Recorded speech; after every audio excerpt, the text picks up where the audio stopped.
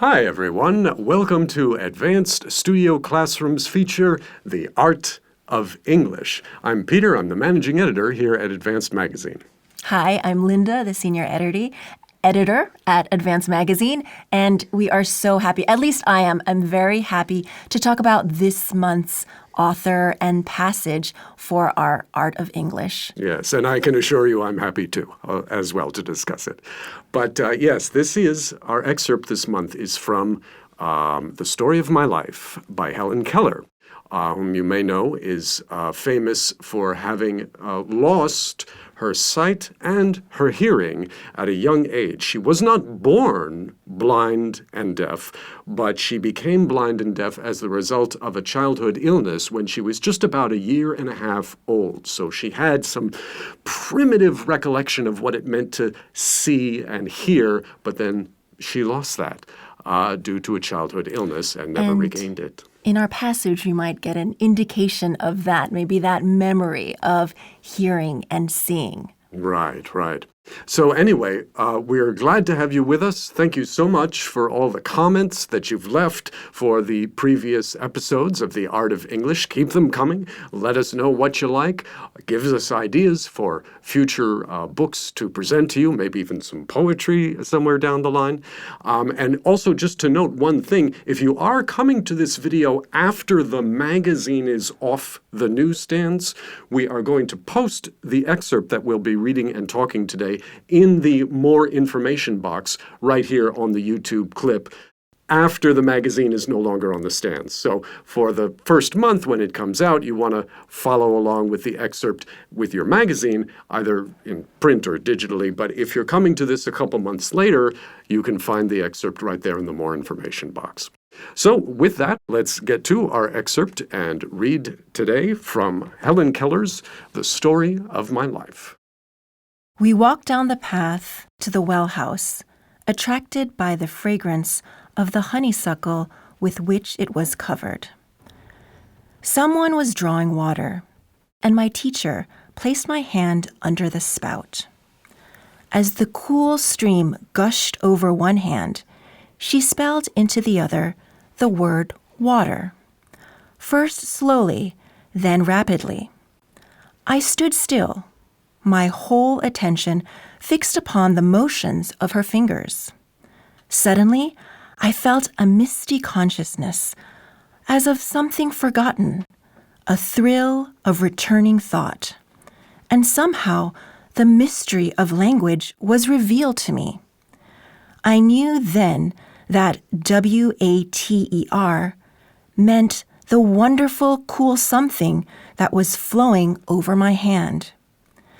That living word awakened my soul, gave it light, hope, joy, set it free.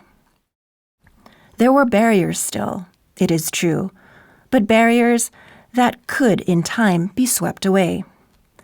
I left the well house eager to learn. Everything had a name, and each name gave birth to a new thought. As we returned to the house, every object which I touched seemed to quiver with life. That was because I saw everything with the strange new sight that had come to me. Okay, so a lovely passage, and this is typical of Helen Keller's writing throughout the book, The Story of My Life. She's just a very good writer. Descriptive language like this draws you in, but also so that you can follow it. The language isn't too heightened, and it's just a lovely read. If you're just looking for some good English writing to read, to practice your English, The Story of My Life by Helen Keller is a good place to go. So did she use this vivid language all throughout her book? Yes, yes. She continues throughout the book to use this kind of language. And you're struck, every page that you read, you're struck by remembering the fact that this woman cannot see and cannot hear.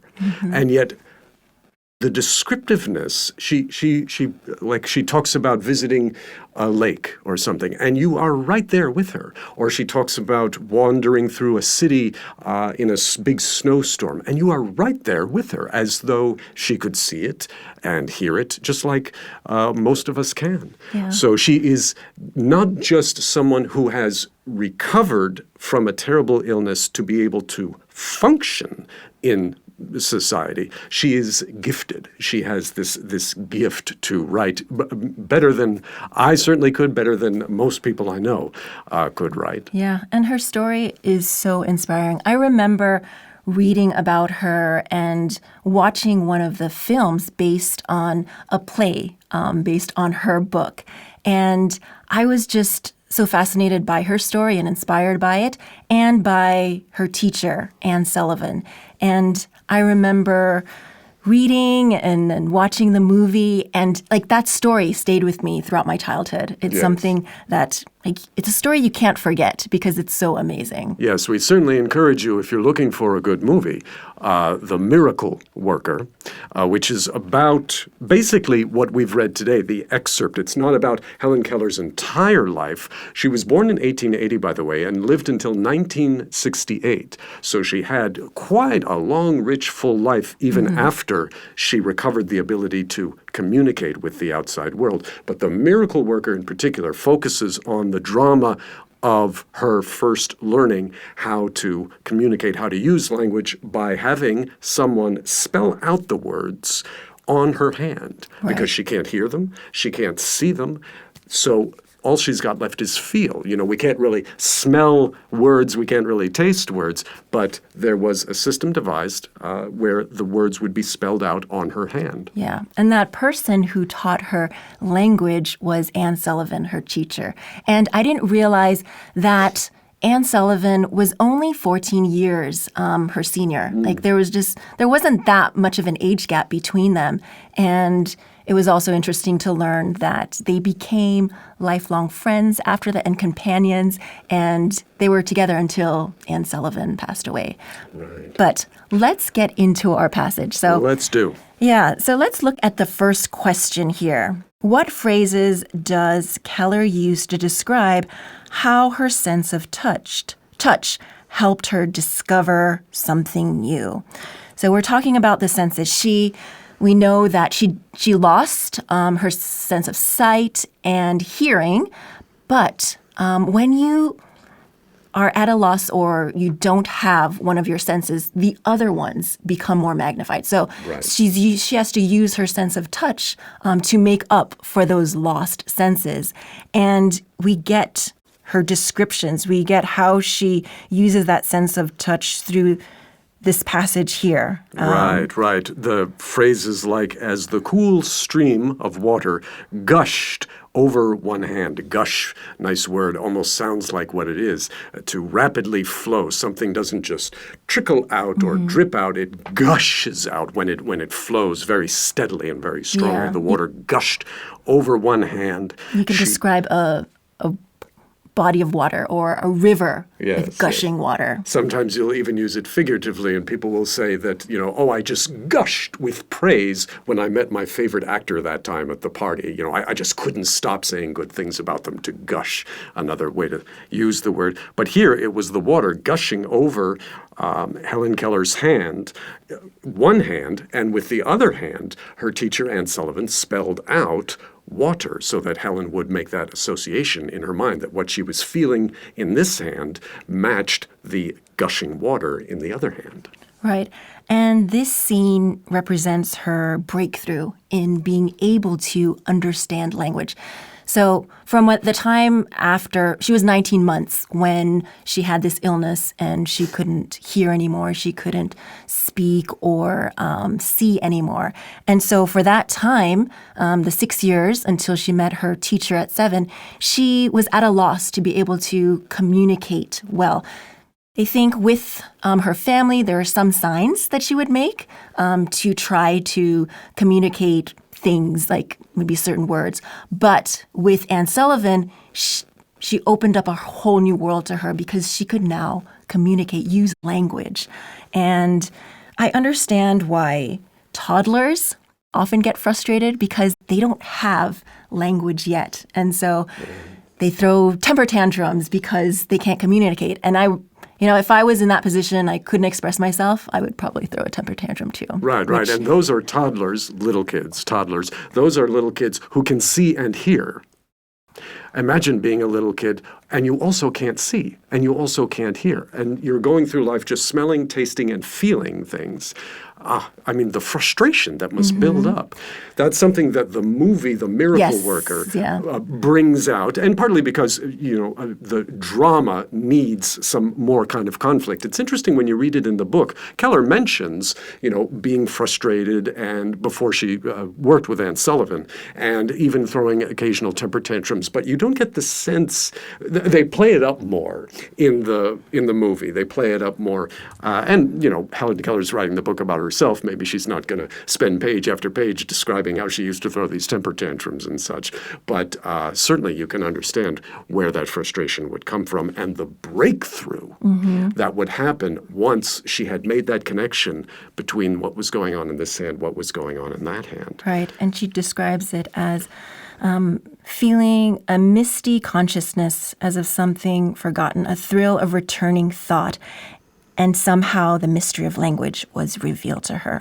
And I interpret this misty conscious of something forgotten, this returning thought, is the memory that she has of seeing and hearing in her first 19 months of life. Right. And of being able to process the information that she gets from seeing, that we all get from seeing, that we all get from hearing, into language in order to communicate with people. The way she describes it there, there's really no other way to put it. That living word awakened my soul. It had been asleep. When we're asleep, we're not perceiving anything. We have the dreams going on, but we're not perceiving anything. Awakened my soul, gave it light where before there was darkness, hope where before there was despair, joy where before there was depression or devastation, set it free where before she was enslaved. All these wonderful words that combine to express just one of the great experiences that a human being can have of being finally able to grasp and learn and understand language, just like so many of you are doing in studying and practicing English. Yeah, and it's not just language. It's when you reach an epiphany or you have this breakthrough of understanding something. The learning process is very difficult and you have a lot of frustration. But when you finally get something or when you come to the solution, it's amazing. Yeah. She describes it so well here. You feel joy, you feel happiness, you feel freedom. You've been set free because you've come to this epiphany. And I think we can relate many things in life to this. Like if you are working at something and you finally, get the job done or you find a solution. My example would be dragon boat racing. It took a while to finally get everything down because there's so many things you have to think about. You have to think about what your legs are doing, what your core is doing, what your arms are doing, and then in sync with everybody else, making sure that you are going to the beat. And you don't get that overnight. You get that from years of practice. So when I finally got it, that was a breakthrough. And it was just so thrilling to feel that. And then it makes you want to work even harder to reach new goals, to reach new heights. And she also goes on to describe that set a passion in her to want to learn more. Now that she had this language, she wanted to learn everything possible. On her way back to the house, she was touching everything and knowing that every object had a word. She now had this language that she was going to conquer and use. Yes, and she describes it with a wonderful word there. As we returned to the house, every object which I touched seemed to quiver with life. To quiver means to tremble very slightly, but very sort of intensely. We quiver, you could say we quiver when we're cold, although more often we would say we shiver when we're cold. Quiver is like a more delicate, more intense version of shivering, so something that quivers with life. There's just an intangible energy and excitement to it. Right. It's wonderful. And of course, she went on not just to be able to communicate with the outside world in this way, but to excel example. Yes. She ended up attending Harvard University and became the first blind and deaf person in the United States to earn a Bachelor of Arts degree. Right. And she became an author, like we know because she wrote this book. But And she wrote 12 more books as well. Yes. I think a total of 14 books. I think 14 altogether, yes. Yes. Collections, mostly collections of observations and thoughts. She had a spiritual awakening at one point, wrote a book about her religious sense, which has also become very popular. It's called simply My Religion, worth looking into. And she also was a popular speaker Yes. and an advocate. She stood up for people with disabilities, for people at a disadvantage. So she was very active. Right.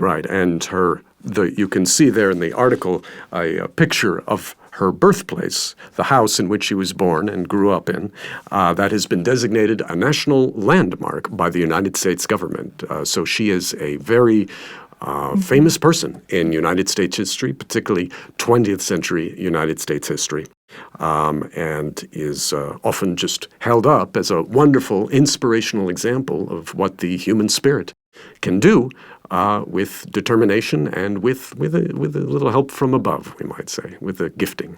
Exactly. Yes. And maybe we want to end with one of the final questions, just going back to this strange new sight, number 2. She was blind. So what does it mean? What is this strange new sight that she had? Right. So it's not the literal sight because she was blind. It was a figurative sight in just gaining understanding now that she had this language that she now could communicate and she could do so much more. And she could have a better understanding of the world. And we gain that new sight when we learn new things, when we learn new languages. And that's our third question. How has language learning helped you to experience the world in new ways? For me, it opens up my mind, learning a different language. It just allows me to have a greater understanding of that particular culture, of the people who speak that language, and it gives me insight into the culture. Yeah.